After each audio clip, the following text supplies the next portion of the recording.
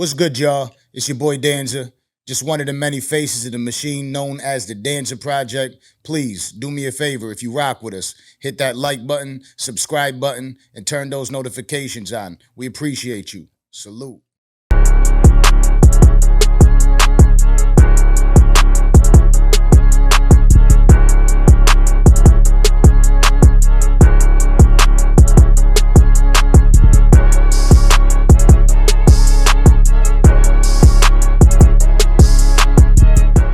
Yes, sir. So we're here live in Houston. I don't know if I don't know what's going on with Houston, man, but I think I'm falling in love with the city. I think I got to move out here.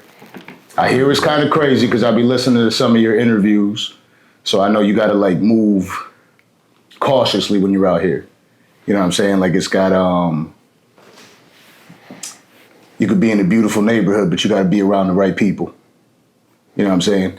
So we're here with a real Houston legend, Trae Tha Truth. Come on. When I was speaking to you on the phone the other day, he's like, you know, once you get to know me and kick it, and I'm like, that's, you know, as a kid growing up in hip hop, I think most of us are familiar with who you are and the legend you are.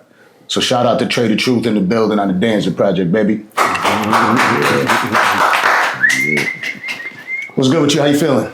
I'm cool, man. Just starting my day right now. Early afternoon. Yeah.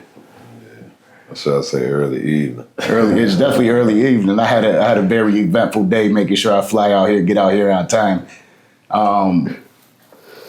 What we like to do on the Danza Project is we like to start from the beginning, kind of getting to know who young Trae was, you know, growing up in Houston, what life was like for you and what made you become the legend you are today.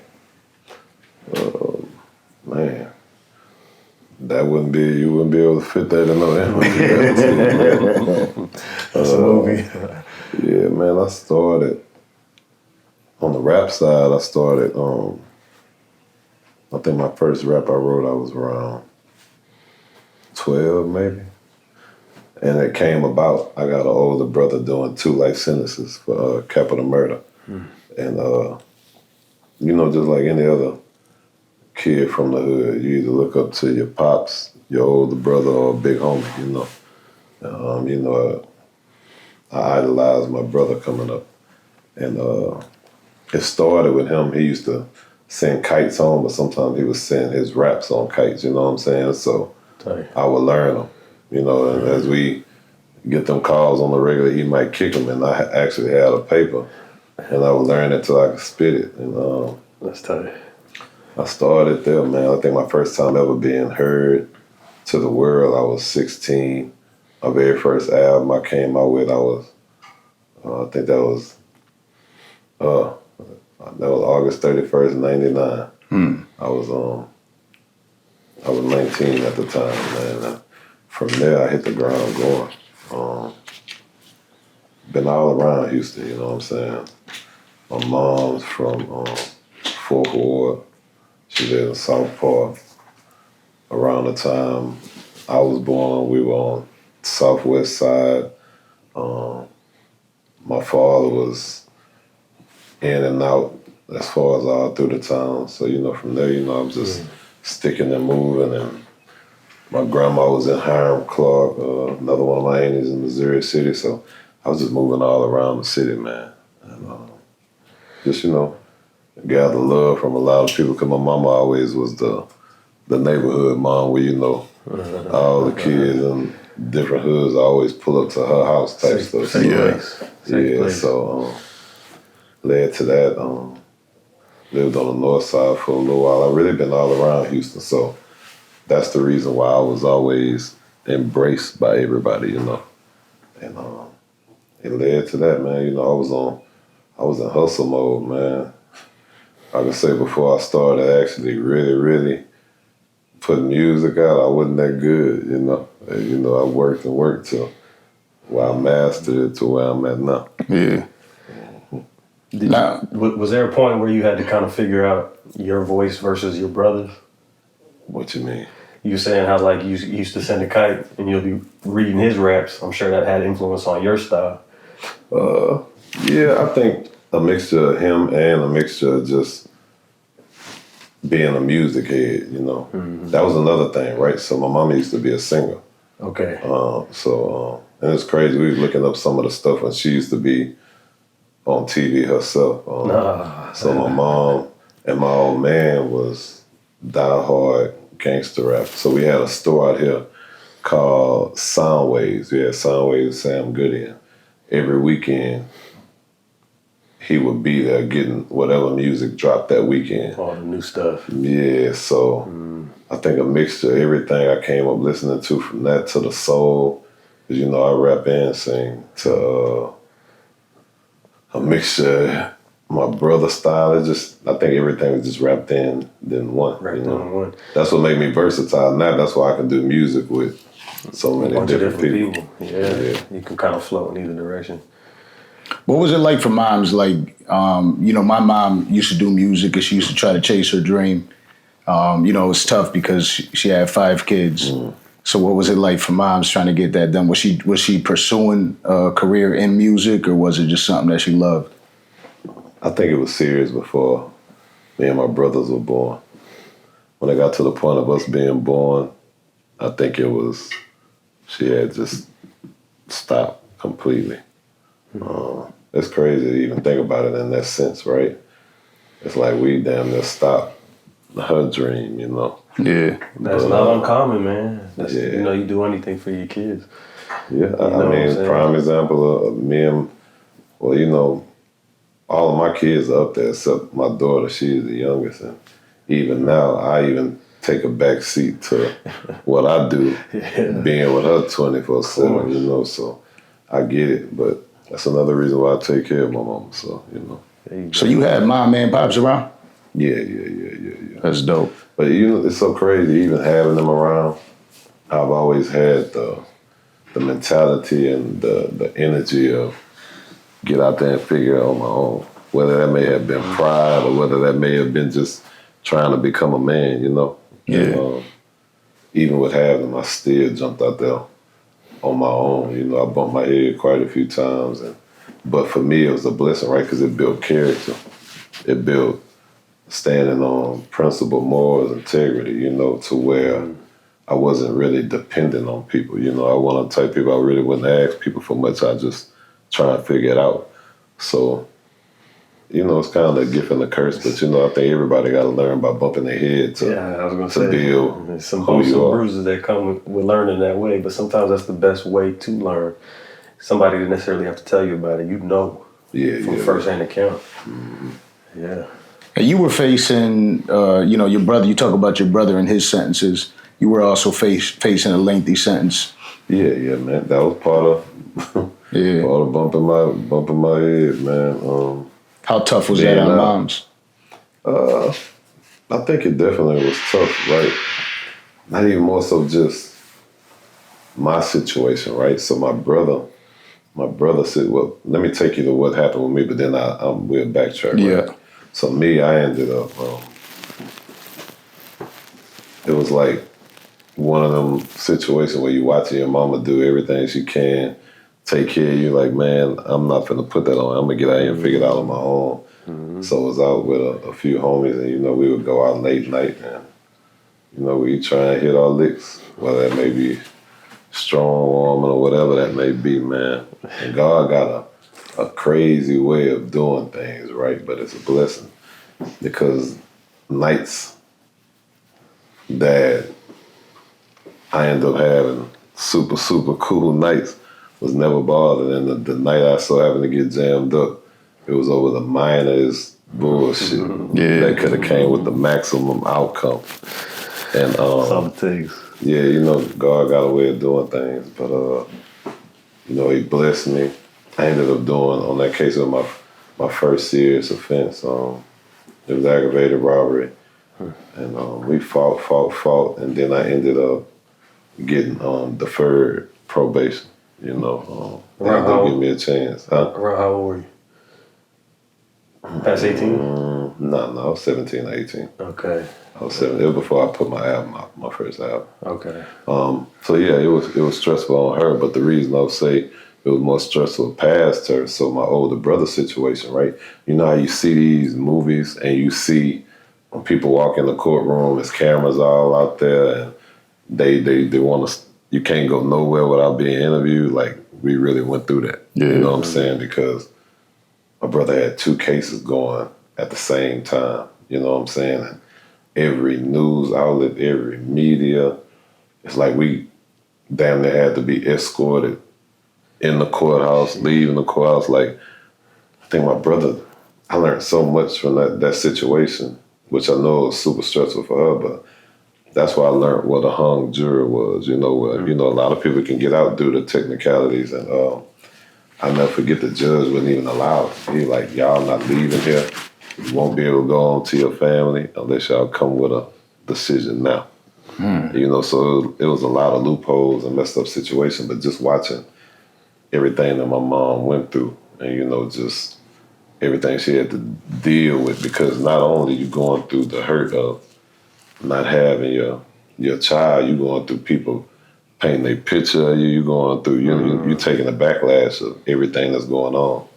And I think that was a crazy situation. Yeah, so with all that, you're dealing with so much turmoil in your life. You know what I'm saying? You know, for all of us, when we have an older sibling that we look up to, and for men, an older brother in general, that kind of like, when we lose that, sometimes we lose our way. Definitely, man. I think, man, I went through so much in life, right? So my brother, the mother of his child, and the girl he was with before he left, who basically raised me, even in the midst of him being locked up, I was out here to deal with both of them being murdered. So it's like, man, when I go down the history tree of everything that I was dealing with and have dealt with, it becomes a super, super crazy situation, man. But that leads to when people ask me, why do I help so much, right? It's naturally always been my heart. But going through everything that I went through, and when you feel like you don't have nobody to lean on and you're not finna get out there and cry for help, you just feel like it's just you against the world, it's not a comfortable feeling, man. And I always said, if I was blessed to be in a situation to help others at times that they felt they was in their darkest moments alone, I'd jump out there and try and support so they wouldn't have to feel the things that I felt or go through what I went through. And, you know, that's why it's always so important for me to be there for so many people, man. Yeah, that's what they say. You try to become the person that you never had. Whether if it's as a father or as just a family man, as a husband, whatever it is, you try to fill in those blanks so that you don't have to continue the cycle. It definitely makes a lot of sense. What is the most intriguing part about Trae Tha Truth for me, when I think about all the things you've done, has to be what transpired with your daughter. Because for most men that are struggling with that, you know, it's like you usually see them lose control. Yeah. You seem to keep it, like I'm sure that you had your days. Yeah, you know what I'm one saying? thing about me, I'm transparent, so we're not gonna sit here and I'm a lie and say I didn't lose it. To be honest with you, I was losing every other day. Come on. But I think the thing that kept me going was the pain and the discipline. One, with God, because, you know, that's who ordered my steps, point blank, period. And every move that I decided in my brain that I thought I would have wanted to move or how I was gonna move, I could only think about how that's gonna affect her. And I still might gamble losing her in the process. You see what I'm saying? So moments like that, it becomes a real emotional roller coaster, right? Because it's like me. If I'm knowing my child missing, and even no matter what city, what state, in my mind, I'm going all out, which I was like that looking for. But then it's like, I still, like, I have certain things that God have in position that's for my best interest because I have custody. Like, everybody looking for it, they notice my child, Right. so it's like, Play it right. yeah, if I move right, I can get my child and we continue on with our life. But if I don't play it a certain way, even though I have custody and all that can be reversed at any given moment. So it definitely was a roller coaster. Speaking of, she would have been here now. Only reason she's not here because I got to make a couple of stops at the clubs, and you know, like she with me like white on rice. She ain't never leaving my side, man. Do you feel like in that time lost, were you worried like she might forget who you are? Man, you think of all things, right? You think of, is she gonna remember you? You think of, is she gonna like you? You think of, is she gonna hate you? You think of, what is she being told? You think of, do she even still love me? Man, I can go down a long list of things I've thought, you know. And even when I first got her, if you look at the video, right, you could tell the hesitation in her. It probably may have lasted a minute, you know what I'm saying? Yeah.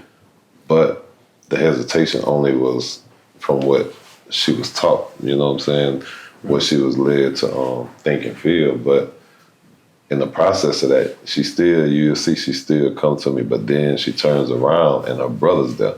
When she see her older brother, she forgot everything. It's just like, oh, I'm back with my guys now. So the reality, so actually from that very first moment of that first minute, I've never had to experience that again since I had her back. Yeah. You see what I'm saying?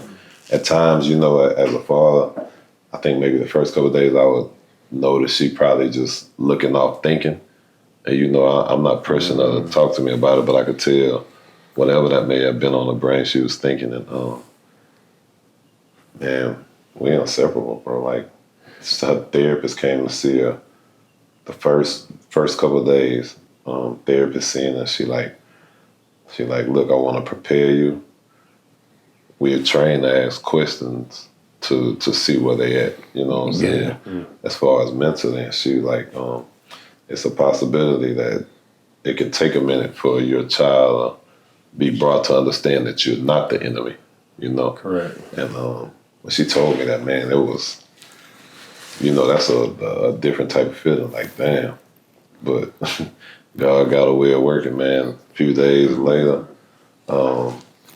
therapist wanted to double back, and she doubled back, and my daughter was a whole different child. She was like, I ain't never seen a child go from where I thought they were to daddy. Yeah. I don't want to be nowhere but right here with my daddy, you know what I'm saying? So it had to have been from the prayers and everything else. But I said that to say, it got to the point therapy like, man, y'all don't even need me no more. You know what I'm saying? You got to think it's only been some months. That's what you want to hear. Yeah, it is. A lot of people don't get to that finish line. But it was, man, it was so crazy. Like, people don't understand everything.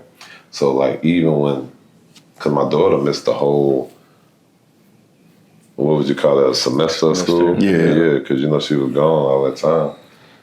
So when I finally got her, she didn't want to go. She wanted to do homeschool. So I talked to her, you know, I'm teaching everything daily, but I got her to go for a couple hours. And when I would get her to go for a couple hours out the week, I would literally sit outside the classroom, how y'all sitting on the chair. So anytime she look out that window, no matter what, I'm just sitting there. Like, my whole life stopped to where if she at the school, I'm sitting in this hallway. She could be doing work. I could be tired as can be, but one thing she knows, she look out that window, my daddy is sitting right there. And, you know, it got to a point now, you know, she don't need me there no more, you know. Yeah. If needed, she'll get and make one of them call me right then and there. But other than that, it's good, man. Like, my child really, she control my life, man. Like, she be having me in a different mind frame, doing different shit, you know, because you always hear people say, man, daughters can change your life. They can, man. They make you softer. They make you do all kinds of things you wouldn't do. Girl. Yeah, and will push you to the limit. Because I've never whooped none of my kids yet to this day. But I feel like she gonna be the one that's gonna test the water. But and even then, like, right, she could do something. I could be like, man, Truth, you better. And she'd just look with a little smirk on her face, like, yeah, you ain't gonna do shit to me. She's the only daughter? Yeah, my only daughter. And she the baby, so. I see it. I saw that video that you're referencing when when you got back with her, and I could imagine for you, those few seconds felt like hours when she walked into that room. Yeah, man, it was a because you're nervous. You don't know what you don't know what a person, a child, anybody's thinking in the moments, you know. And man, like I said, when she seen her brother, everything that she was even thinking when she first walked in that door was forgotten. It was just like, Right. I'm home. These my guys, you know what I'm saying? And we went to plan and we never looked back. And we've been that way since, man. So, having gone through everything that you went through and publicly at that, what kind of advice would you give to fathers that are also dealing with that kind of tug of war situation? My biggest thing is not to give up. I used to wonder, right? I used to wonder why so many fathers would give up on their, not even necessarily give up, just why so many fathers wouldn't be around. And the reason I'm saying that is because sometimes you could be pushed to the limit where you may have been fighting, but you could be pushed to the limit where you just tired. Where you tired and you like, man, you want me out there life so bad. I'm trying to do everything you can. The legal system ain't necessarily helping me, and I'm paying child support, this and that, and they just get tired and give up. But the reason I say don't give up, because at that moment, it ain't really about you. It's about fighting for them kids who can't fight for themselves. Because you got to understand, it may appear that a child is happy, which naturally they're around one of their parents, so there's going to be some happiness there. But all the while, you don't know they thoughts of them yearning or wanting for you to come fight for them. You know what I'm saying? Right. And the kids, they need it more than ever. Like, if I wouldn't have fought so hard for my daughter, I have to think, what would she have been thinking? You know what I'm saying? Right. And I realized once I got her that she was so happy to get back to me. Once we got back in our normal routine, it was like moments like that is why I really have to push people, man. You have to fight. And watching what I went through can open doors for fathers, because fathers don't usually get the good end of the stick. Yeah. And sometimes people don't even know the steps, the movement, or what things need to be done to get them in a situation where they can be there for their children. You know, they get frustrated. Police handle you any kind of way, because the first thing they'll say is, oh, that's a family matter. We ain't got nothing to do with that. And you can be right here with your child, where your child belongs to you, and they still don't. So, man, I went through all that. But the thing was, I just didn't tap out. And I think the reason I didn't tap out was for the love I have for my kids. You know what I'm saying? And it's very important just for them not to give up, man. Think everything that you're doing at that moment is for your child. I would rather go to the grave knowing I gave him my all and my child, and learn and know, man, my father did everything he could to fight and stand with me and never gave up, as opposed to, just trying to go for peace and walking away from it. And people do deserve peace. But again, your child, that's yours. You know what I'm saying? Because you have situations, man, let's be clear, all mothers are not bad. I'm very firm on that. But you do have some mothers that feel like, you know what, you ain't gonna do what I want. I'll let you see him today. I'm not gonna let you see him tomorrow. You ain't moving how I want. At that point, using the child as a toy or a pawn, that's not and there's a lot of women that do it, because niggas may do something that niggas could be wrong. He may have been cheating. He may have, whatever the situation may have been, because I don't know people's situation. And the mom probably can have a justifiable reason why she's mad at him. But at that moment, she's making it about her. She's not making it about the child. She's making it about her personal beef with him. Right. Yeah. Now, what I keep hearing from you over and over again is you seem to be a man of faith, a man of God. I have to, man. If you've been through everything that I've been through and still here, then how could you not give him glory? You got to think, man, I'm very firm. I'm loyal. I've been loyal to the streets my whole life still. Loyal to a bunch of niggas that even turn. But one person that never turned is a man up above. How can I risk being loyal to everything else around me, but not be loyal to the one that ain't never showed me any type of fault or any type of shift. You know what I'm saying? And I'm a firm believer that my dedication, my loyalty is gonna always go to him, point blank, period. There ain't no other way around. A lot of us men get warnings, right? Like when it comes to these relationships, like, you know, your homeboy will tell you, man, you got to be careful because she might take your kid away from you and things of that nature. You ever get any signs that she would have done that to you? The kidnapping my child part, Yeah. the relationship part, yeah, because we wasn't together when we separated at the beginning of the pregnancy. Once I felt a certain way about something, like, nah, I'm standing firm. I ain't going back. I'm gonna be there to take care of whatever need of my child, but that's where the line get drawn. I'm not even gonna play. You know, you have some fathers that like to still creep around. Like I was firm. I ain't doing none of that, man. And I think honestly, my situation was bigger than her. Was bigger than me. My situation was, this was a testing moment for me from God. A test, whether it may be patience, whether it may be how I'm gonna react, whether it may be my next move, and the biggest test was to have faith and know that you gotta trust Him that things gonna be okay. Mm-hmm. Because man, it was moments that I feel like, man, hey, ain't nobody doing nothing, ain't nothing happening. I'm ready to crash out. But that was, at that moment, I was failing the test, you know. And once I finally got to a point where I'm like, man, you know what, bro, I'm gonna let go. As hard as it is to let go, I'm gonna still do everything properly. But I'm not gonna stress myself every single day. I'm gonna do my part, and I'm gonna trust and know that God already got it handled. Mm-hmm. True story. I did a fast. I was doing a fast, and man, I cut everything. Are we at the end? Yeah, I cut everything. I was doing a fast, and when I did the fast, it was ending New Year's, and instead of going out New Year's, I ended up going to church. And man, so that whole fast, I think I fasted for like 2 weeks. I do church, and man, that's New Year's. I got a call at 7 that morning from the U.S. Marshal saying that they got my child. She being took to CPS. She about to board on Mexico and Cali, and grabbed my son. We jumped on the plane instantly, flew to San Diego, and then drove down to the by the border and got my child. But the point I'm making is,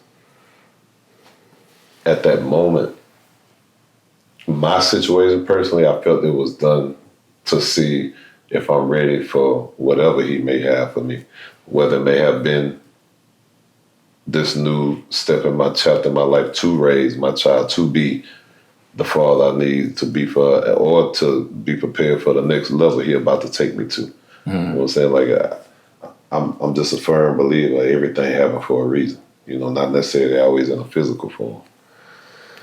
Now, under the guidance of God, is there any opportunity for reconciliation with the mother after something like that?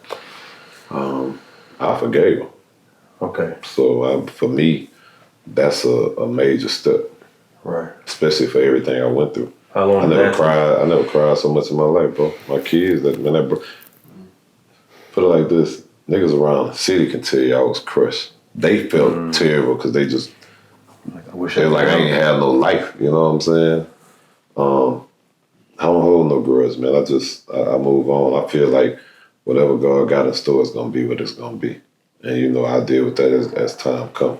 Right now, my main focus is to raise my daughter to be, you know, one of the most beautiful princesses that stand on principle, that stand on morals. You know, I teach her the street code too. I teach her to give back. I teach her so many different things to where all these little seeds will be planted in her to where as she get older, it'll form the perfect person, you know.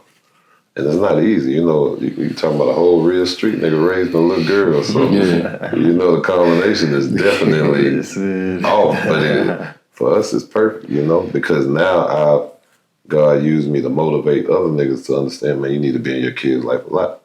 If you go pay attention and look up some of the interviews, I was one of the first people to start taking my baby to interviews, to where people when I was doing I was on a promo tour doing a silent listening parties where I would do them in clubs everywhere. And the clubs would understand we need to make a place in this club. He got his kids with him. And if we don't do it, he ain't coming to do it. So we got to just go and understand to where it just became the new norm, you know. But it showed niggas that you can do it. Is she's able to see mom or talk to her? How does that work? She's having the mom's still incarcerated. Oh, okay. Yeah, that's rough. It's dope to hear that you forgave her because it allows your daughter to see that as well. You know, that's super powerful in itself. Yeah. But yeah, that to me is when you did that, and I watch those videos and I see those videos on Instagram with you dancing with your daughter. I got a 1-year-old daughter myself now. Nice. And I just, when I saw that video, it was just a day that I held them a little bit closer because I was like, damn, like the thought of her ever being ripped away. It's a different feeling when you don't know where your child is. Even if you know the city she in, but you don't know what she thinking, what she feeling. You don't know if she actually may say, hey, I want my daddy, and the fact that you can't be there at that moment for her when she called for you, like all kind of thoughts, all kind of feelings go through that, man. There's a lot of people that deal with it. A lot that's less fortunate than me, you know. That's why I'm striving to do any and everything I can to help people in many ways as I can. That's dope. But we can change that. We getting too touchy, man. Yeah. Situation, man. That's real. So you got a lot of stuff that you do outside of rap. You know, a lot of people probably put you in the bucket of being a rapper. But you also have the cartoon series, multiple. I've seen you do a couple movies that you put out. What's calling that need for additional creativity outside of your regular channel where you normally get to? I've always been that creative. I think the thing is, let my nuts hang and just try. You get no results from no chances taken. You know, miss every shot you don't take. The thing is, man, I've always been me. So instead of trying to stick to what everybody want me to stick to, I always done what I wanted to do. So yeah, I tried to do a comedy movie. It would have been thought of for me to do a street movie first. I did a comedy movie, and it worked. The cartoon, you know what I'm saying? It's like, for me, people love being able to see different sides of me. Because believe it or not, some of the most cold-blooded killers, the main thing they love the most is just watching me raise my kids. You know what I'm saying? So it's so many different ways, you know what I'm saying? Even from giving back, it's just a bunch of different stuff that people love about me. And I think I'm at a point I ain't to really be boxed in. I just gotta do what I gotta do. The reason why that was an important question for me is because you have a very serious tone. People even say like, oh, he's very soft spoken, but then when you get in front of that camera, now you Debo, and now it's like, wait, hold on, that's Trae, what's going on? But I don't want to use the Debo part. Not just Debo. That's a new one. Yeah, because the main thing what people do have to understand is I'm laid back and cool until you push me to the limit. Then you get a different side. You know what I'm saying? But for the most part, I try, you know, I used to be a hothead, but now just being older, you overlook a lot of stuff, you know? It's like, is it really worth it? Because now, even in moments that I get in my moment of really wanting to get reckless, I just think of my kids instantly. And it's like, okay, you just, the way you balance that out, is it worth it or is it not? You know what I'm saying? And some stuff I may feel it is worth it, but reality of it, the real reality is, nothing's really worth risking your family. You know what I'm saying? Right. So it's all a process, and I'm a work in progress right now. Yeah. Asshole by nature. Yeah. Okay. So I have that, and we got the angel by nature, everything. Angel by nature. Yeah. When you speak about being a forgiving person, I'm sure there's plenty of people that you've had to forgive going through the lifestyle that you've lived. Mm-hmm. How is it that you're able to be that type of man and just kind of have that in you? I think it's honestly hard at times, but for the most part, man, your blessings come when you let go. Because a lot of times if we hold grudges for too long, whether maybe for personal reasons or other reasons, it can block our blessings. And situations that can turn out to be better for us, we can handle, or situations that can be set for us to experience, we can block them. You know, and I think you just got to get to a point, man. It's growth because it's uncomfortable, right? Just say somebody did something to you. It's very uncomfortable for you to be like, man, you know what? I need to just not think about what you did, even though you may have made me feel like shit. You know, like you can have your own reason why you feel like you shouldn't, but growth is like, nah, it's cool. You know, it was what it was, man. I gotta let go. I don't wish you no harm. You know, I actually wish you well. Do we have to deal with each other? Not necessarily. You know what I'm saying? But for the most part, I don't wish no harm on you because that doesn't block my blessing, and that kind of put me at ease where I could just move on. Because the thing is, when you're thinking about stuff like that, your whole life is still revolving and so consumed in that. When you let go and you forgive, it's like on to the next. You're not even thinking about it. You only think about it when somebody bring it up to you. Yeah. You know? Right. You don't get none of your energy. And then after a while, it kind everything, you know, it's so crazy. You used to hear old people always be like, everything don't deserve your energy. And you, that's a real come to find out. Yeah. This community, I spent some time out here. Again, probably I've been out here 3 times in the past few weeks. I went out to kick it with Shakur. I've been out here with Sauce Walka. We went to the spot called Kingpins. It's where I met you at, actually. Dope ass spot. Seen a lot of people there. Great vibe. What I noticed, and what's always been out there about you, is that work you put in with the community and how much you're loved. Man, and it's a blessing, right? But it's like sometimes I work so much and do so much, you don't get to really see it all the time. So sometimes you even question it, like, damn, man. It makes you be like, damn, I don't know if people finna support me, not support me. Like, you know, you just get to thinking different things. Right. But to experience and feel it is definitely a blessing. You know what I'm saying? To see kids run up to you. See, the thing with me, man, I have so many fans now. You have the music, which is the core. But then you have the kids, for me just being a big homie, big bro. Then you have the elders to where they look at me as I'm the modern day superhero that saved everything. So it's like, man, just to experience all that. And I never forget, man, one of the, she was an older lady. And she walked up to me and she touched me and she said, I just wanted to see how our hero feel. You know what I'm saying? Stuff like that is stuff you couldn't dream of, you know what I'm saying? Yeah. And that's a blessing. That's what the young kids call aura. That means you had a lot of aura that day. So look, it's crazy. I did a stream, but I was doing the stream with the little homie Neon, and I was out taking care of some stuff for the homeless, feeding them and getting them some different stuff. But the younger kids who don't know me, that's in that world, that's all they kept saying is, he has an aura. Got the aura. That's what they kept saying. So I'm looking like that. Yeah. Man, you know, one of the people who told me something I always stick with me, it's videos out there, you can look it up, was DMX. When me and DMX first came across each other, and he was just, I walked in the room, he walked in the room, and I was just standing in the corner, you know, I don't really talk. He stopped what he was doing, he was like, man, I see the light on you. Like, the light that not only is it on you, I see it in you. Like, he was just like, I came in, you're a man of no words, but you still stuck out like no other, you know. And from there, you know, it's like it confirmed because I can walk in any room, any building, and people tend to take to me no matter what. Some of the biggest people on earth that wouldn't have to, you know. Yeah. But they were so curious to just get in the vicinity with me, you know. And it builds real relationships, man, because the other part about it, they see I'm genuine like no other.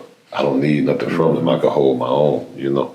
Yeah. I'm not being around you because I need to get into here. I'm not being around you because I need to get something from you. I got everything on my own. So, yeah. A real legend.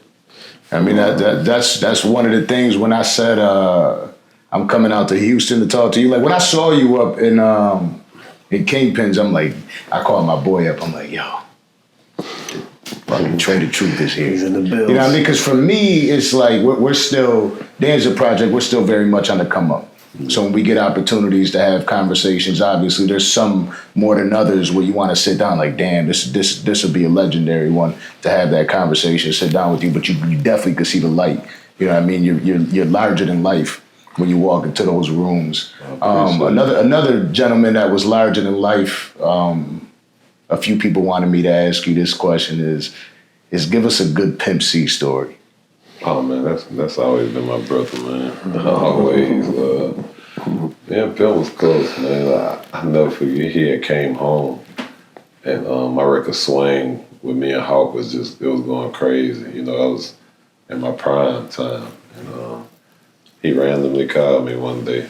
He was like, you know what, man, give me that record. I'm finna get on that record, and you know, I'm excited. I'm laughing and talking mess with him, but you know, he ended up doing it. But long story short, man, everything I had, you can go look up videos that he had nothing to do with. He wasn't on the song. You would see him featured in them, and you know, it was conversations me and him used to have. You know, because at the time, it was other stuff going on out here in the city that the rest of the world wouldn't know about. And you know, he would always. A lot of people say I could be stubborn at times, but he would understand me. He would understand my aspect. So even with that being said, he kind of always stayed neutral to certain situations and always still supported me, man. So that's one of my brothers, man. But he definitely speak his mind in the heartbeat. In one of your darkest moments, after being shot, you went on tour with J. Cole. Yeah, that was my brother. What was that like? I'm not talking about that was my brother. That is my brother. Right. I was going to ask you after that. That was going to be the follow-up. Nah, that is my real brother, right? Because funny thing, I wouldn't even be putting music out right now if it wasn't for some of the back and forth me and him would go at. Because, you know, we brothers, so we don't always agree on stuff, you know? And he used to just, because, you know, for me, it's like, man, I don't have a deal just because I'm being blackballed and all other stuff, and I feel like I'm not even gonna get a fair shot. And he was just like, nah, bro. It don't even matter if you only get 3 fans off this project. You drop another one, you may gain another 20. So them beginnings, we just gotta value them. And instead of worrying about who's not supporting us, just embrace the ones who are and let it grow from there. And I think that's when I came with the Truth series, 1, 2, and 3. But that's when I started back just going crazy. But after I got shot, he was fucked up about that. And he was like, man, you got so much more potential, bro. Like, you got to get out and see some other shit. And Trae Tha Truth in Ibiza. Yeah, that was on my birthday. It was close to my birthday. He's going on the road to do an overseas tour. And he was like, bro, you coming with me. Just get your stuff. Here go the dates. Just show up. I got everything. Get you out your day-to-day. That's fine. Come see something. Yeah, he took me. The first place we went to was Ibiza, for real. If you look at the video, I'm still in there with my arm still in the sling. Yeah, shot everything. Crazy. Yeah. What's real interesting about Cole, right, which I feel, I got my own opinions on it. I want to hear yours. When he walked away and apologized instead of engaging in the beef. He's his own man. And I say he is his own man, meaning if in his spirit, no matter what people was trying to key him up to do, if he wasn't settled with that, I can understand exactly what he did. Because what people fail to realize is we all still have relationships. Like, we rock with Kendrick, you know what I'm saying? Whether we rock with Drake. Still, you know, like, everybody rock with each other. They're like, people, I get it, for hip hop, they wanted to see the lyrical warfare, the hip hop, you know, but you also got to understand, in this day and age, it's a thin line with that, because it always leads into people want to make it street beef or other things. Yeah. And you know, he did his thing right off the gate, but then like, and when me and him was talking, like, man, because not only did he not feel comfortable, if you go pay attention to the project, I was actually the last song on the Trae Tha Truth and the Bees, and I ended it saying, the fall off, even if we fall off, we don't fall off, which was leading to his album, The Fall Off, that's coming out. Yeah. All that got threw off because after it, now you got a whole other record, and it's like everything that you had planned and Your whole rollout is different. behind people keying stuff up. You know what I'm saying? And I respected what he did because the thing is, he didn't care how many people he was in front of. He spoke from the heart and he stood on his own. But what I do know is he thinks exactly like me, because also the thought that even the situations I've been in is like sometimes stuff like that need to be done so you can see how people really feel about you. Yeah. You know what I'm saying? Because let them talk. like Let them now it's like, cool, I'll take whatever come with it, but I'd rather really know what the real is. Now I really know. Everybody show their hands, show their cards. My opinion on it was, it's dope to be able to have somebody that could stay true to themselves and who they are in the face of the world. And that's what J. Cole has been telling us this whole time, who he was. Yeah. You know what I mean? Like, everybody's like, oh, well, you know, he always talks about battling people on wax. He's been waiting on, but that's a different story. Yeah, he's always kept it like friendly warfare, you know what I'm saying? Yeah. So he never got into that. I thought that was super dope and super dope for hip hop. Yeah, man, that's my brother. I rock with him 1,000%, whatever decision he made. You know what I'm saying? And when he made it, it's crazy. When he made it, I was right there. I was sitting on side the stage when he did. Yeah, so, shit. I'm so alone, I'm so alone, I'm so alone, so alone. Right now I'm alone on this throne. Let me stay focused, I know niggas ain't know what I'm on. No matter how hard I try to do right, I'm always wrong. Living this shit called life. So we went from being inside to being outside to back inside. And the one thing that for sure I had to do, so when I came out here initially with Sauce, he showed me around a little bit. I've even heard Sauce speak on you and your presence. Like, I don't know if I could say mayor. I feel like you're moving out here like the president. Nah, I be being me, man. I be cool, man. And I want to send a shout out to him because that's how me and him came across each other at the bowling alley. Yeah. I probably didn't even realize that night I had brought Dage Loaf in there too. She was in the I seen it. Yeah.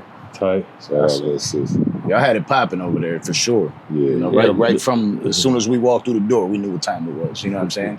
And I'm not used to it. Like when Sauce hit me and told me there's we're going to a bowling party. Yeah, I'm not used to this shit at all. The bowling alley's back, boy. But in my head, I'm thinking like, what are we about to do at a bowling alley? You know what I mean? Maybe we could get the interview there. The thing in Houston is everything that goes on is just a vibe. You know what I'm saying? There's gonna be people up there bowling, but it's just the atmosphere of kicking it. You know what I'm saying? And for a lot of us, it's like, I ain't necessarily gonna say a reunion because we see each other on a nightly basis, but it's just a reunion, you know what I'm saying? Everybody in the vibe is just cool and kicking. Get out of the house, go do something, go be somewhere. Go get out of the house, go do something, go be somewhere. A lot of people move out of their city. You know what I'm saying? I feel like it might be damn near impossible for you to move out of here with the amount of love and respect you get. Man, you know it's a fine line. Like I love Houston so much. My son named Houston. You know what I'm saying? Like that's how Houston I am. But even with musically fans or certain parts of the industry here, I'm also the outcast. So it's like I got both. It's when it comes to the city, the community, the streets, it's unconditional love. Okay. But then you may see somebody post some positive stuff I do, and then you can go in the comments and see some of them like, oh, y'all shouldn't be supporting them. And, it's just, so you get a little bit of, even though we know the internet is not a real place at all. Yeah. But it just, you get a little bit of both. Yeah, I feel like that. Here, in real life, you see it yourself. It ain't no way around. Absolutely. Right. Yeah. It's wild, but like Benzino is one of them people, right? So we used to have Benzino on the show a lot. And the one thing I did notice, he's probably the first person that opened my eyes up to that because he gets slaughtered our social media. Right? See, I don't get mine not like that. Mine is due to personal situation, but I also do have a following that's crazy, so you know mine gonna go to war. Yeah, absolutely. So it's just, you know, for people who don't know, and you post something, you see even one or two, it's like, well, damn, whatever, and they don't necessarily know. You know what's going on. Yeah, and that's what I was getting to with him when he's outside and people see him. It's always all love. Oh, yeah. And I'm like, damn, like the internet really is its own like environment. You know what I mean? It's its own place. Funniest comment I think I've ever seen is, he can't come to Houston.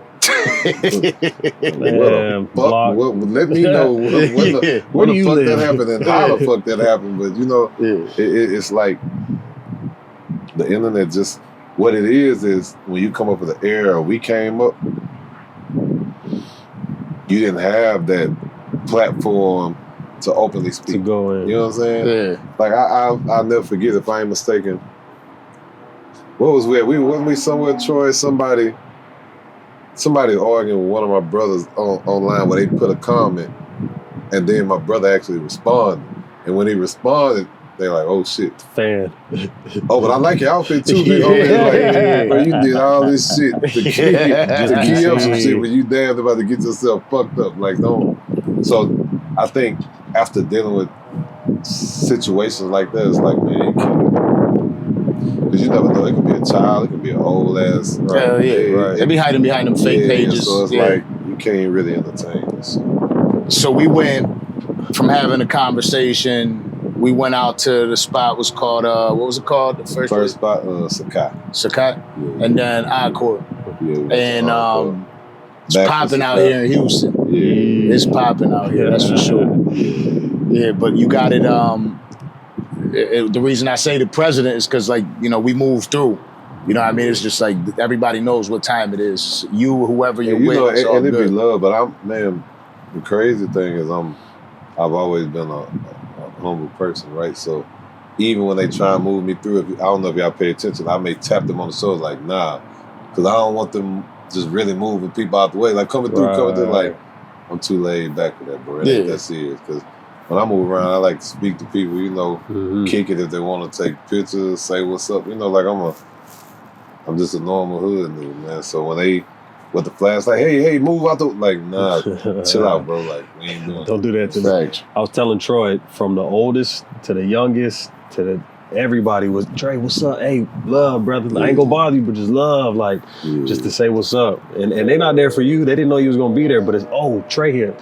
Love, like, I gotta see you. I think that always worked because it's genuine love with me, man. You can be the biggest superstar on earth to a nobody, even down to homeless people. You know what I'm saying? It's the same. Like, if we go out there, they're gonna act the exact same way because I treat everybody equal, you know? And I've always been a firm believer, right? Like, God tests us at times. So you never know who that person you may be shitting on at that moment, or that person who you handling. You don't know who that person is, you know what I'm saying? So I believe in really treating everybody equally, you know what I'm saying? And some people be looking like, damn, bro, I just seen you on TV with such, and now you out here with us, and like, it's all love, words, you know? But all that is building my legacy, meaning whenever God take me, whichever way he take me, if I'm no longer here, my kids and them, they gonna go down understanding they old man, and they pops went down in history as one of the most solid niggas out there. And now, some people look at me as a hero. So you gotta realize, you go from that to what I do in the community, to fighting on the front line for justice, so many different things, because now, even when you go to the justice side, you have me in the books with the Tamika Mallory's, with the Jesse Jacksons, with the Martin Luther Kings too. You know what I'm saying? So all that is forming a legacy for my kids, which is good because they following my steps. You know what I'm saying? What matters most to you right now between music? That's the thing. It's no certain thing. I love music first and foremost. That's my only way to vent. You know, that's how I talk. That's how I can get it out. And it's crazy. Musically, right? one of the most respected in the industry. I have the most relationships, have done the most features, and have done the most songs with everybody, you know what I'm saying? And even then, it's crazy when that comes back into reality to realize, like, the person that has done the most stuff, especially coming from the underground standpoint, is from right here in Houston. So everything I do is representation of Houston. But I said that to say, I'm going to show you something, right?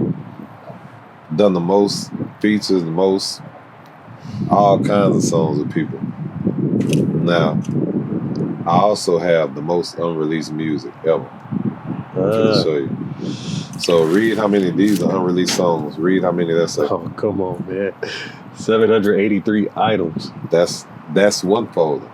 Now I'm finna fuck you up. Read how many this say. Come on. 2,783 more items. Damn. Like, Why you holding on to it? I think I do them for both of my personal. Me and my circle, we ride around listening to them. It's big records. I'm talking about records with everybody you can possibly think of. But, you know, Well, notice it's kind of like pop formula. Like, you'll never be able to stop putting music out. Right. You know what I'm saying? Right. Yeah, so. Because notice I said, what matters most to you? He said music. Because that's how I get it out. That was one part. Now, what else matters the most is my kids and family first. Come on. Even over the music, you know what I'm saying? The other thing is being there for the people, giving back. I love that just as much as damn near the music. That's why there's so many different components to me that builds me into that one person that they look at in whichever aspect that they look at. You know So being the truth. Yeah. You know what I'm saying? You did a lot for the city when it came to relief efforts. And, not just here, everywhere. Yeah, and you weren't credited. But so when you do it, you know, you ain't necessarily doing it like. That was my question. Is it? How does You're not doing it for that. Like when people, you used to have some people that would be mad just because they know they should have had their ass out there. Well, real people who help, it should be on camera, and it's like I don't do it on camera and say, hi, hey, everybody, look at what I'm doing. I do it on camera for two reasons. One, for people that don't leave their house, that's not out here in the field to know what's going on. I'm shedding light and I'm showing you this is what we doing, we dealing with, and what people's dealing with. That's one thing, because it goes to now other people who I may not be able to help because I'm helping this section, it gets them help. Right. You see what I'm saying? It gives people help that I would never be able to get to at the same time. And people know that about it. That's why people appreciate it when we do show, because it's like, damn, bro, like I would have never even knew, who would have knew a year after Harvey, somebody in their house sleeping in a tent because nobody's answering their calls, nobody's helping them. Until we shed that light, and then we get them new homes built and other stuff. Yeah. Now that's one component of it. Second component is you're in a day in the world where, whether it be industry or just niggas in general, everybody want to compete to be like, I did this or I can do this better. So for me, even if you're not doing it from a genuine place, I'm still also getting somebody help because you competing with what I'm doing. I'm getting them help still in the be process. better than me. Donate it's more a than me. win-win for me because I'm getting people help. You know what I'm saying? But I've learned to show that way people can really, instead of using my platform for bullshit, I learned how to make it count, you know? Right. Create a little bit of FOMO. But hey, Trae, let me know next time you going out there, bro. Believe it or not, man, some of the most stomped down people that people feel their whole life in front of would be blowing my man. When you going, you're not going by yourself. We going, and they be excited because it's a form for them for all the wrongs that we've done since children to now. It's a chance to get back to our people. It's a chance to pour into our hoods, our communities, our city. You know, and people appreciate that. Do you get support from the city? Additional support from the city? You talking about the city itself? Yeah, city of Houston. And yeah. I think honestly, right now, when anything happens, I'm probably the first one they call before they even go to call. And hey, is this you? Is this your politicians, guy? You know what I'm saying? Yeah. And I think the politicians, they appreciate it. You know, I've always been cool with every mayor, including the one here now. I've really always been cool with everybody. You know, I'm one of the ones that can walk in any office or make any phone call, and we can make stuff shake. You know what I'm saying? Yeah. The right way. Jay Prince was also one of those gentlemen that have been known. They're like my pops. Yeah. And it's funny because that's what, when I asked Shakur Stevenson about him, I said, you know, like a lot of people on the internet, again, try to give him a bad rap. And he spoke on him and he said, listen, ever since he's been in my corner, he's been like a father to me. I've been able to learn so much from him. The internet is not a real place. You know,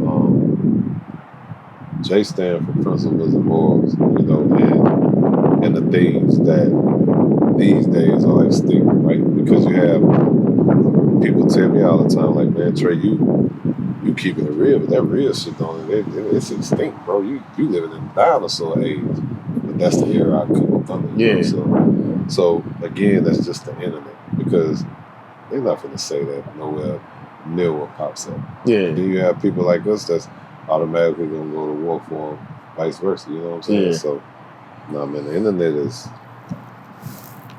You know, it's like the only thing I really hate. You know how media-wise people used to be like, all publicity is good publicity. I don't believe that. Like, I don't like all that bad. It's like I watch, not even just Jay, with me, with so many of us, I watch people can get on the YouTubes and other and make their own narratives and stories and be completely wrong. You know what I'm saying? That's one thing that we realize too, is like they'll catch the first version, which is usually wrong, but they don't catch the correction. No, I don't even think it's that. You know? I think a lie is more beautiful than accepting the truth. It's more entertaining. It's entertaining a lot because it's, you see what I'm saying? Yeah. But the truth view is like, it may not be as exciting as that lie that you couple with. And then once people know they wrong and they've entertained that lie, you very seldomly gonna catch people that's gonna backtrack and be like, you know what, I was wrong. I shouldn't even. That's not what people do. That ain't the reality of it. That's an album title right there. Lie is more beautiful. Oh, yeah, that's an album title right there. Paul Wall once stated that he doesn't feel that Houston has unity. How do you feel about that? I don't know. I think I'm the wrong person to ask, because I've been the black sheep here forever. So asking me my answer is definitely gonna be I have to stand on my own. You know, it's like, it's crazy because generations after, like, you know, the generation of, like, I got a group called the Rejects, you know what I'm saying, which are people exactly similar to me that I feel just never got they just do, which is Cal Wayne, 30, Big Tony, Fast Money, Skeet, Jack Boy, Millie Bucks, Loretta Savage, right? You have them. Then you have the era of the Lil Jeremys, the Sauce Walkers, the OTBs, the Maxos, and I hate naming people. Because it's a lot. Cartels, the Flowers, it's so many people. But I'm saying that to say you have that era that come after, and they the ones that really embrace me. You know what I'm saying? They the ones that sit back and witness me being the outcast. That's why our relationships are more vital. So it's different parts of how you would say unity, because what they doing, it is unity. But if you're talking about my era, it's definitely a division. You know what I'm saying? So I think as a whole, the whole goal is just to rep the city how we need to rep it. And some of us are powerful enough to rep the city on our own, in our own world, which works for us. You know, like me, you got to think, man, you go from not only me being outcast or blackballed, then you go from being banned across the world. I've always had to rep the city how I rep the city. You know what I'm saying? And it wasn't always easy. It just, you ever heard them say, hey, don't worry about it, others will catch up later? I think that's what mine just spiraled till it got bigger and bigger. Man. Yeah. And then another thing is, for me, the reason why it's dope, because I always reach back to artists that, again, remember when I told you, It didn't matter if a person could be a homeless person, anything. Mm-hmm. So I can reach out to an artist that may have 100 followers to an artist that may have 100,000, and it's still gonna be the same. Yeah. Cool, you know what, you dope. Just send me something out. Boom, boom, boom. And that's how my relationships get to be where they need to be. And shout out to all the up and coming Houston artists, man. Like I said, so many to name. I hate doing that. Man, you forgot me. Yeah. So we clarifying that. Shout out to everyone, all them generations that came after that's grinding, man. All the way down to Little Nike, man. It's so many people.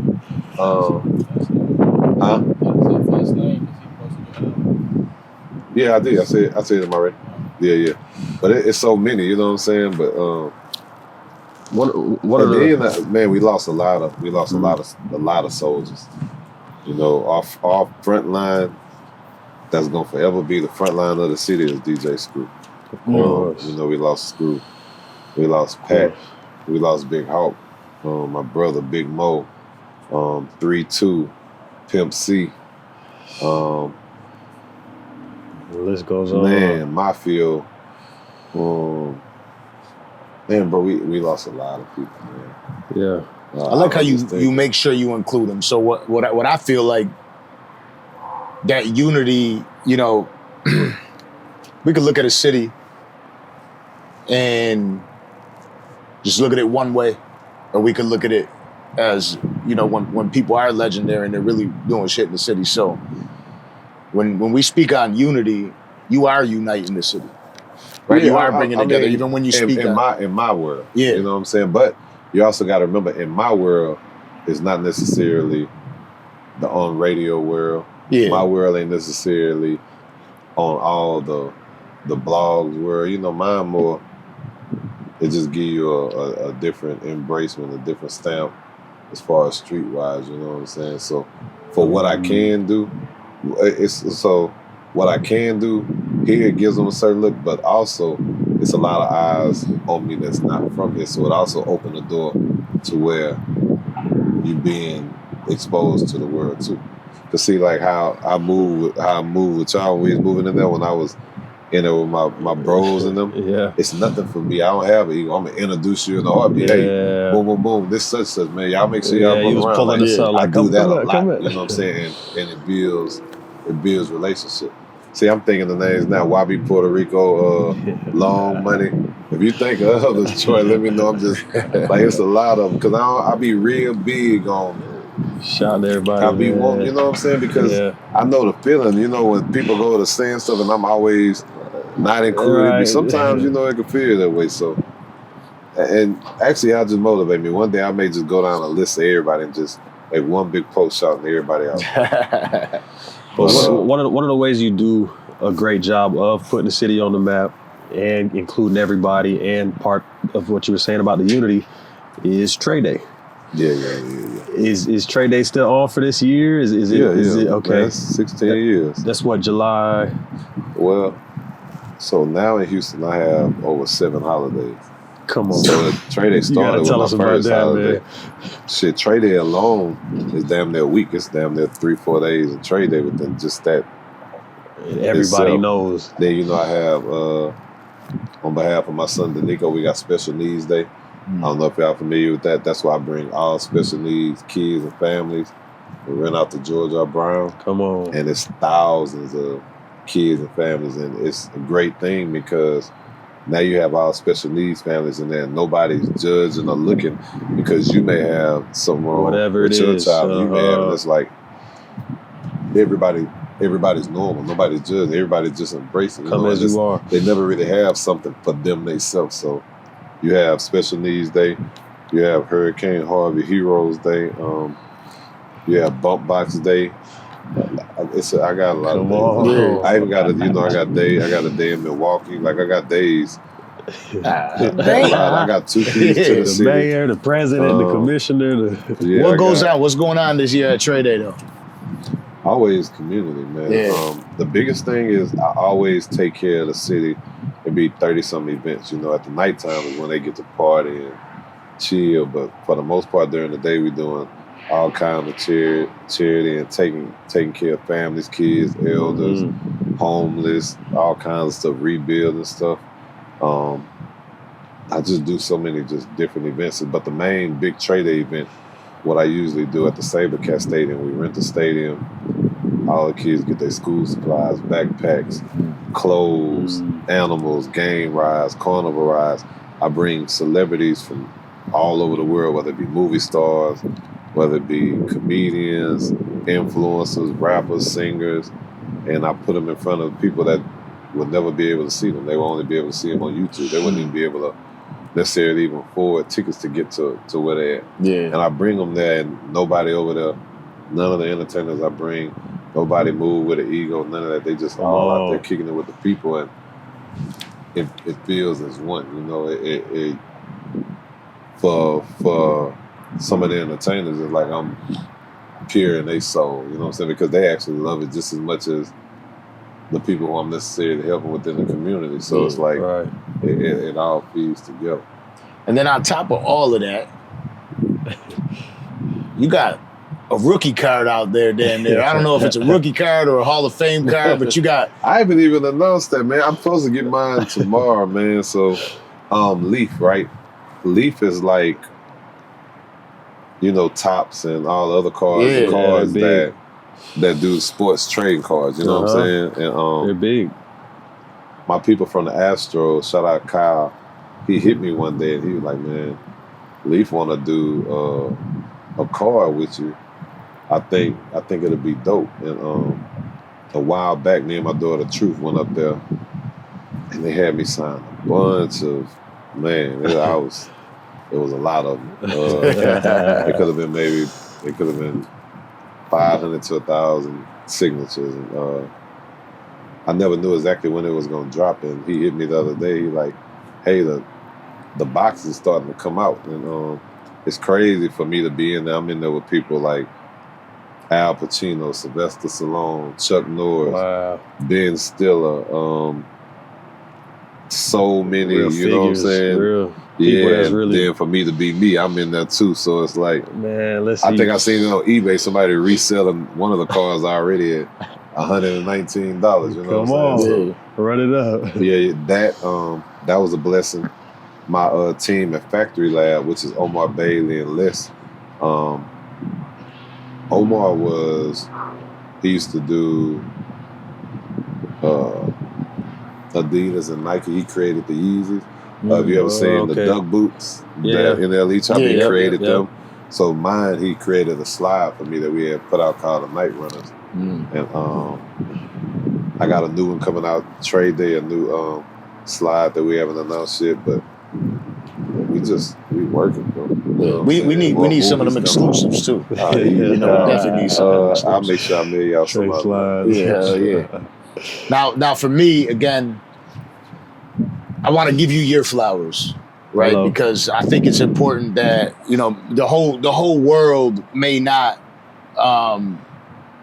understand who you are. Somebody for me, I'm to cut you off. Yeah. You said exactly. So remember I told you me and T.I. have something coming out. And his word he asked me to say, hey Trae, don't you think, regardless of how people act with you or even any hate or anything that goes on, don't you think you deserve grace? My response was, no, I think I just want to be understood. So what you're saying, to help people understand, to me that's more important, because you have people that are judged based off somebody else's opinion. You have people that are judged based off of what that hype may be or what that narrative may be, as opposed to really trying to understand me, you know? Because I'm pretty sure even before you came, you could have probably heard stories about me. And then when you actually met me, you actually held a conversation with me, it's like, oh no, bro, probably one of the coolest motherfuckers on earth. You know what I'm saying? So I knew that just off of your vibe. I'm somebody that I pride myself in understanding an individual immediately. Yeah. Obviously, I could be wrong sometimes, but you can see that, again, the word is aura, so we'll use the word aura, but you can see it, and you can see that godlike energy. I remember back in the day when I was working at a spot, and there was a bunch of like politicians and shit. I was like a bartender, and I was talking to Nova about this, and I seen, like, while I'm sitting in this room, I'm watching the individual speak, and I swear he was glowing. You know what I mean? Like the way he had the entire space gravitated towards him, he was glowing. And you don't see that off of a lot of people often. I seen that with you that day. I see that with you today, and how you operate and how you speak. I see that in the way that you carry yourself as a father for your children. Whoa. I see that the way you carry yourself as an example for your community. You know what I mean? An example even for the rap community, which they don't have enough of that anymore. You know what I mean? So when I look at you and I hear you speak, this is something that, although these kids may not understand you, for the people that do, for what J. Cole said to you, for the ones that do, we appreciate what you do, because it's few and far between. We don't get that godlike energy anymore. It's almost like it's faded. You know what I'm saying? And so when we have that, and knowing that you are carrying, I hear you speak to Nick Cannon of how you could talk to a kid coming up and kind of basically teach him the right way. And what he does with that is also teaches the people he's with. Right, because you plant seeds and them seeds spread. You can have a group of 100 people, right? But even within them 100 people, there's going to be a couple that stand out, that people out that group may follow.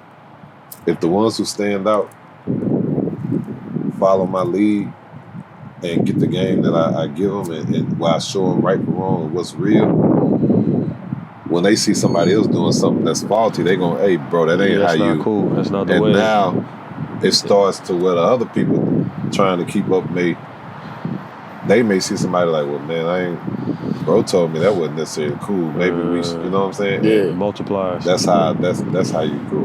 And you're raising the new generation. And that's what it's all about, because the one thing that's for certain is history always repeats itself. So although we live in an era now where these kids are a little bit more chaotic, and inevitably it will turn. Let's be clear when we speak of the youngins, right? Because I love them to death. I don't even think that they're chaotic. I think they're me all over again. I think some of them just be misunderstood. And something that I notice a lot of people do, they talk down to them. They tell them, count them out early, what and how they don't respect or like what they doing, and sometimes you don't know why they doing it. Like sometimes you have to be open to hear their standpoint, and after you hear their standpoint, you get your standpoint, and y'all see what makes the most sense, as opposed to, I don't want to hear what you're saying, I know this side is right. Because if a person comes telling me something, like if you're not coming to me with a mutual respect, I'm going to automatically jump in defense mode. Thanks. So my wall is up off the rip. You see, so I don't even think that it's, man, because I've seen some of some youngers that terrorize, man, and I come around and after they be around me all the conversation, man, it changed them to where they still able to be them, right? But they nice, like they carry themselves different. You know what I'm saying? And because the standard they value and appreciate that from me, man. I've done it. Test the time, bro, over and over again, always. And through the chaos, and you know, I got two nephews that are little knuckleheads. They were knuckleheads, and I relate to them. So I'm not mad at them do it. I just let them know the right way. Facts. Of moving. I let my nephews move in. I let my nephews move in with me for a while, and I talked to them. And for them, I saw them getting in a lot of trouble, and I instantly saw, you know, because what I'm gonna do is just be the OG and have that conversation with them. And I instantly saw the troubles they were going through and let them speak it out. And once they started speaking out, the one thing I noticed is immediately like tears. You know, it's just misguided. Because it's built up, man. A lot of us live off built up trauma, including me. You know. Yeah. I was going through what I was going through with my daughter, and I was angry. And I was crying. I didn't even know I knew how to cry, but I could. But this time, as I'm crying, it's a different type of rage. You know what I'm saying? Right. And I'm saying that to say, similar to what your nephew, I didn't necessarily have nobody to let that out to, so it's all just building up. So the rage that I'm letting out with them tears is me slowly but surely releasing, you know what I'm saying? Yeah. And when you feel like you're not being heard or even tried to slightly be heard and understood, it builds up that wall and that rage. You know what I'm saying? Where you feel like, well, F it, it's me against the world. Ain't nobody with me. I don't need nobody with me. A I'll little bit figure of it out wrong. resentment. Usually I end these episodes with the question that I ask people who's out of 1 through 100, where do you see yourself? I want to ask this question a little bit differently tonight.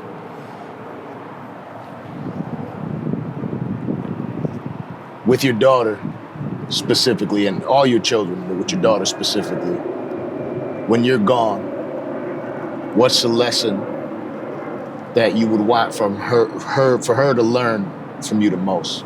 What's the most important lesson that you could leave to her? A couple of things. One is that your pops loves you unconditionally, and everything that he done was premeditated to lead to where you are now. Also, always stand for something. Love on your people, man. Don't treat people. I be big on don't mistreat people. You know what I'm saying? Stand your ground, but there's so many different components with that as a whole. Because I'm raising her to be one of the most amazing little kids on earth, man. But I think, man, definitely be someone who cares, be someone that the world can love and understand. Man. She's the crazy thing, right? You have so many people that have opinions that don't know. Like, even when that stuff happened with my daughter, you have people like, oh man, she don't need to be with him. She probably terrified of him, and it's like, if they only knew, my baby controlled my life. And it's like, yeah, I see the videos. I see it getting down with it. Yeah. Watch this. I'll show you better than I can tell you. She checked me on the regular. You know what I'm saying? That's how I Once go. she probably, when you coming on, where you at, what you doing? How long I gotta wait for you? What's up, baby? What's up? What you doing? Nothing. My foot's hurting. How? At the barn? Okay, what you over there doing? And why you not asleep? We just got home. She finna take a bath and get something to eat. That's Granny's fault. Yeah, oh, that's your granny's fault. All right, I was just checking in. For too long. She kept you for too long. Yeah. All right, look, I was just checking on you. Oh man, come on. I was checking on you. Okay. Hey, Truth. Are you almost back? Am I almost back? Why are you rushing me? I want you. Yeah. Hey, Truth. I just want you to know that your daddy's a legend and you're a legend in the making. He loves you so much. Thank you. You're welcome. Wait. Come on. Come on, man. Come All on. right, hey, I'm gonna call you back, all right? No. Love you, I'll be there in a little She while. said no. Yeah. Peace out. She's like, nah. That's my baby. Hey man, that's that's better than that, dope, man. man. Ain't nothing Much better than that, man. Wow. Well, yeah, I see she that's used what's that all like about. right now. Her ass need to be asleep for school. But she don't use it. I can't go sleep until my daddy make it home. Yeah. Ain't nothing wrong with that though. That's not, my son's up right now, driving his mama crazy. She said, But don't listen, leave man, me. I appreciate you greatly for allowing us the opportunity to be out here, to have this conversation with you. And I look forward to Trae Day because I think I'm going to be coming back out for Trae Day for sure. Trae Day is something different. You're gonna have to. Now you just gotta be. You have to be mentally and physically ready for Trae Day because you're talking 30-some events within a 4-day time span. Yeah. Nova's ready. Everybody look Oh yeah, that ain't gonna be you. As long as I get here the night before and I can get some sleep, I'll be all right. Yeah. But I'm saying once you hear, it ain't gonna really be there's no sleep. We may get in 4-5 in the morning, and I may be up doing charity at 7:30 the next day. I'll do my best. So, No promises. I appreciate you, Trae. Use your car. Trae has been a Danza blessing, man. Project, baby. Yes, sir. Trae the Truth. Get it. Another one.